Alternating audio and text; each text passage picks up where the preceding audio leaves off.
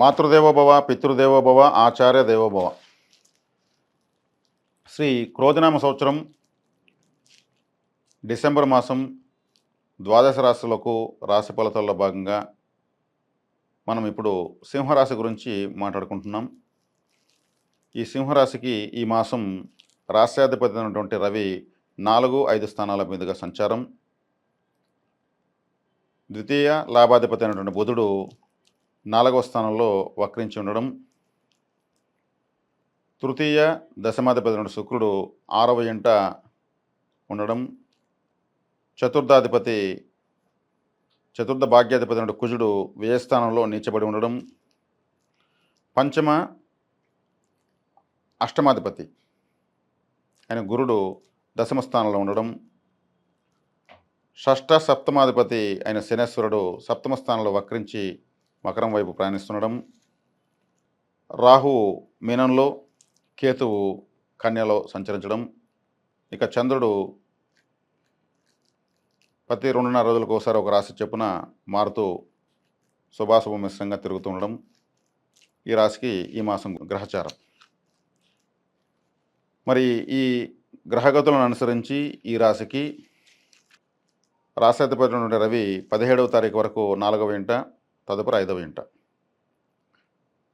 4వ స్థానాధిపతి వ్యయ స్థానంలో నీచబడి ఉండడం, కాస్త గృహంలో అసౌఖ్యం, అశాంతి, వాహన సౌఖ్యం తక్కువగా ఉండడం, మరి ప్రయాణాలకు సంబంధించి మీరు కాస్త జాగ్రత్తగా ఉండడం చాలా మంచిది. ఎందుకంటే వ్యయ స్థానం అంటే దూర ప్రాంతాలు, అక్కడ అంగారు నీచబడి ఉన్నాడు. కానీ గురుగ్రహం వీక్షణ వల్ల సాధ్యమైనంత వరకు దోషాన్ని తగ్గిస్తున్నాడు గురువు. ఈ రాశికి పంచమాధిపతి కాబట్టి. తర్వాత మీకు ప్రధాన బలంగా ఏం చెప్పొచ్చు అంటే, దిగ్బలంలో లేడు గురువు, అంగారకుడు మీకు వ్యయస్థానంలో పడ్డాడు, రవిగ్రహం కూడా అర్ధాష్టమం నుంచి పంచమంలోకి వెళ్తున్నాడు, అనుకున్నంత ఫలితం లేదు. సప్తమ స్థానంలో శని వక్రించి షష్ఠస్థానం వైపు వస్తున్నాడు, ఆయన మీకు ఎక్కడున్నా కానీ ఫలితాన్ని ఇవ్వడు. అష్టమ స్థానంలో రాహు ఉన్నాడు, ద్వితీయంలో కేతు ఉన్నాడు. కలిసి మనం అనుకున్న ఆశించేంత ఫలితాలు పెద్దగా కనిపించడం లేదు సింహరాశి వారికి. అందుకని ఈ రాశికి రాజయోగాన్ని ఇవ్వాల్సినటువంటి కుజుడు, గురువు, కేతువు, చంద్రుడు కాస్త ఒక విధంగా కన్ఫ్యూజన్గానే ఉన్నారు. ఏదెట్లున్నా కానీ వ్యయంలో నిచ్చబడి ఉన్నా కానీ మీ రాశికి భాగ్యాధిపతి అయినటువంటి కుజుడు మీకు సప్తమంలో ఇబ్బంది పెడుతున్నటువంటి శనిగ్రహాన్ని వీక్షించడం, శని యొక్క తీవ్రతను తగ్గించడం,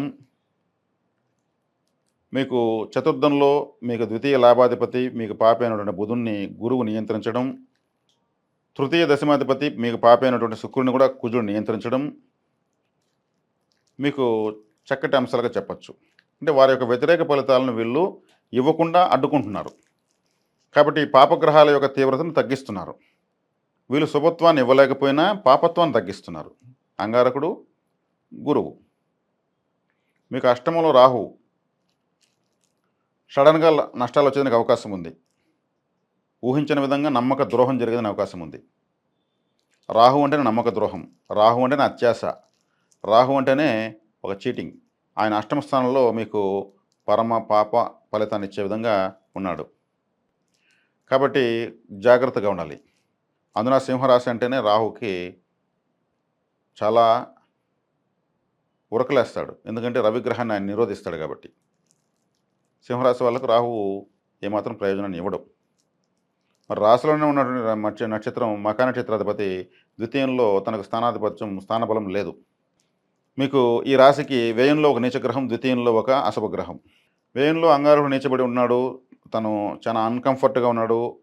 ద్వితీయంలో అంగారకుడు కుజవత్ కేతు అంటారు. కేతువు కుజుల్లాగా పనిచేస్తాడు అని అర్థం. అంటే వెనుక నీచబడిన కుజుడు, ముందు కూడా తల లేనటువంటి కుజుడు. ఆర్థిక విషయాల్లో మీరు ఎంత జాగ్రత్తగా ఉంటే అంత మేలు. తెలిసి వృధా ఖర్చులు అవుతాయి. నష్టం జరిగిన తర్వాత మీకు ఐడియాలు వస్తాయి. అరే రే మనం కానీ అలా ఆలోచించుంటే బాగున్నాయి, ఇది కానీ ముందుగా తెలుసుంటే బాగున్నాయి అంటే నష్టం జరిగిన తర్వాత ఐడియాలు వస్తాయి. ఎందుకంటే తలలేని గ్రహం మీ ధనస్థానంలో ఉంది కాబట్టి. సాధ్యమైనంత వరకు అంగారకుడు తన అన్కంఫర్ట్గా ఉన్నా కానీ మీకు సహాయమే చేస్తున్నాడు ఆయన. మీకు భాగ్యాధిపతి కాబట్టి మిమ్మల్ని కాపాడేదని ప్రయత్నం తన వంతుగా శక్తికి మించి చేస్తున్నాడు. ప్రముఖంగా శనిగ్రహాన్ని నియంత్రించడం, మీ కమ్యూనికేషన్కి సంబంధించినటువంటి శుక్రుడిని నియంత్రించడం. కాబట్టి పాపార్గలం పట్టిందని కూడా చెప్పొచ్చు ఒక విధంగా. నీచబడిన కుజుడు పాపే అవుతాడు. కేతు సహజ పాపే. 2 పాపగ్రహాల మధ్య మీ రాశి ఉంది. మీ రాశ్యాధిపతికి దిగ్బలం లేదు. కాబట్టి మీరు ఎంత జాగ్రత్తగా ఉంటే అంత మంచిది. గుడ్డి కన్నా మెల్ల మేలు అన్నట్టుగా మీరు ఇక్కడ చెడ్డ జరగడానికి అవకాశం తక్కువ, అటని మంచి జరిగే అవకాశాలు కూడా తక్కువే. ఈ గ్రహచారం ఎక్కువ రోజులైతే ఉండదు. శనిగ్రహం కూడా మిమ్మల్ని బాధించే పరిస్థితిలో లేడు. వక్రించి వెనక్కి వస్తున్నాడు. జనరల్గా ఆయన ముందుకెళ్తేనే ఫలితం రాదు, వెనక్కి వస్తే అసలు ఉండదు. అందున అంగారుడు వీక్షిస్తున్నాడు. కాబట్టి సప్తమ శని గురించి మీరు భయపడాల్సిన అవసరం లేదు. ఆయన నిస్సహాయ స్థితిలో ఉన్నాడు. మీ షష్టాధిపతి సప్తమాధిపతి పరమపాపి. కాబట్టి ఇక్కడ మంచి జరగడం లేదు, చెడ్డ మరి ఎక్కువగా జరగడం లేదు. అంటే మిమ్మల్ని బాధించే స్థాయిలో మీకు చెడ్డ జరగడం లేదు. ఇది ఒక విధమైనటువంటి సమస్థితి. 2 కూడా సమస్థితిలో ఉన్నాయనిపిస్తుంది.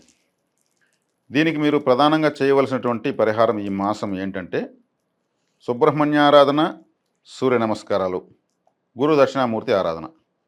అంటే సుబ్రహ్మణ్య ఆరాధన చేయడం వల్ల అంగారకుడు బలపడతాడు, సూర్య నమస్కారాలు చేయడం వల్ల సూర్యుడే బలపడతాడు, గురు దక్షిణామూర్తిని ఆరాధించడం వల్ల మీకు గురుగ్రహము మీ పంచమాధిపతి అదృష్ట దేవత అయినటువంటి గురువు మీకు బలపడతాడు. ఈ 3 మీకు త్రివిధ దళాధిపతుల్లాగా మీరు భావించుకుని చక్కగా చేసుకోండి. సూర్య నమస్కారాలు చక్కగా చేసుకోవచ్చు. శివాలయానికి పోతే దక్షిణామూర్తి మీకు ఫలితాన్ని ఇవ్వడం సిద్ధంగా ఉన్నాడు. అదే శివాలయంలో సుబ్రహ్మణ్యేశ్వర స్వామి ప్రతిష్ఠితమై ఉంటాడు.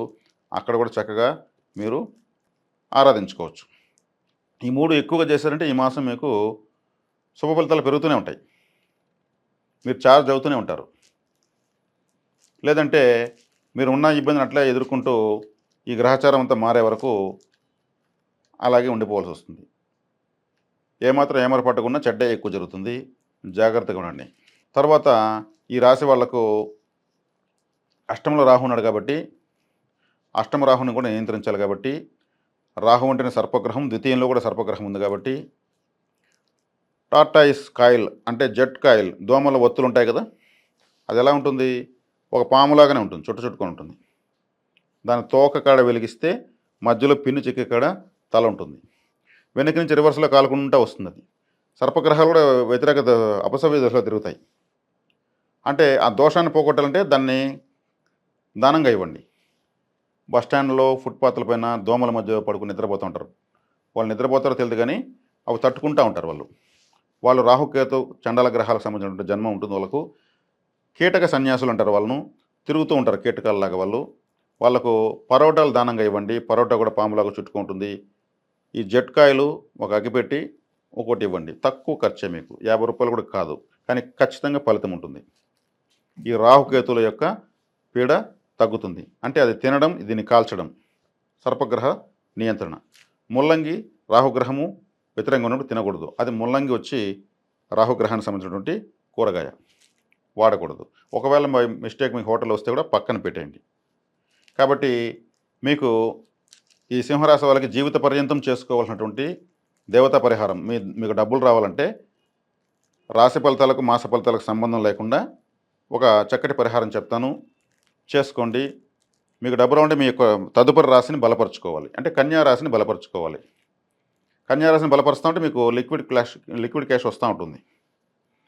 మరి కన్యా రాశిని బలపరచాలంటే ఏం చేయాలి? కన్యా అంటే పెండ్లిక అనేది అని అర్థం.